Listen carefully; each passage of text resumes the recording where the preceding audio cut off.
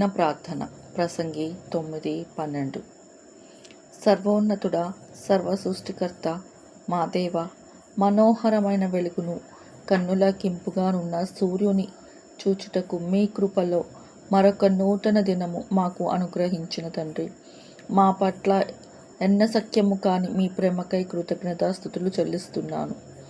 ప్రభువా, కాలము సమయము మీ స్వాధీనమందున్నది. మా అంతము ఎప్పుడు వచ్చునో మాకు తెలియదు.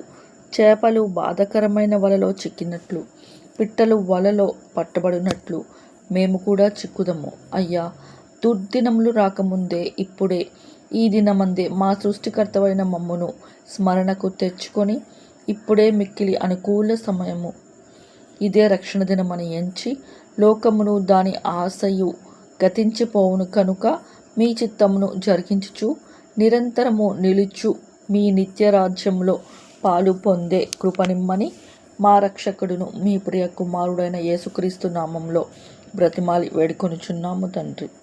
ఆమెన్.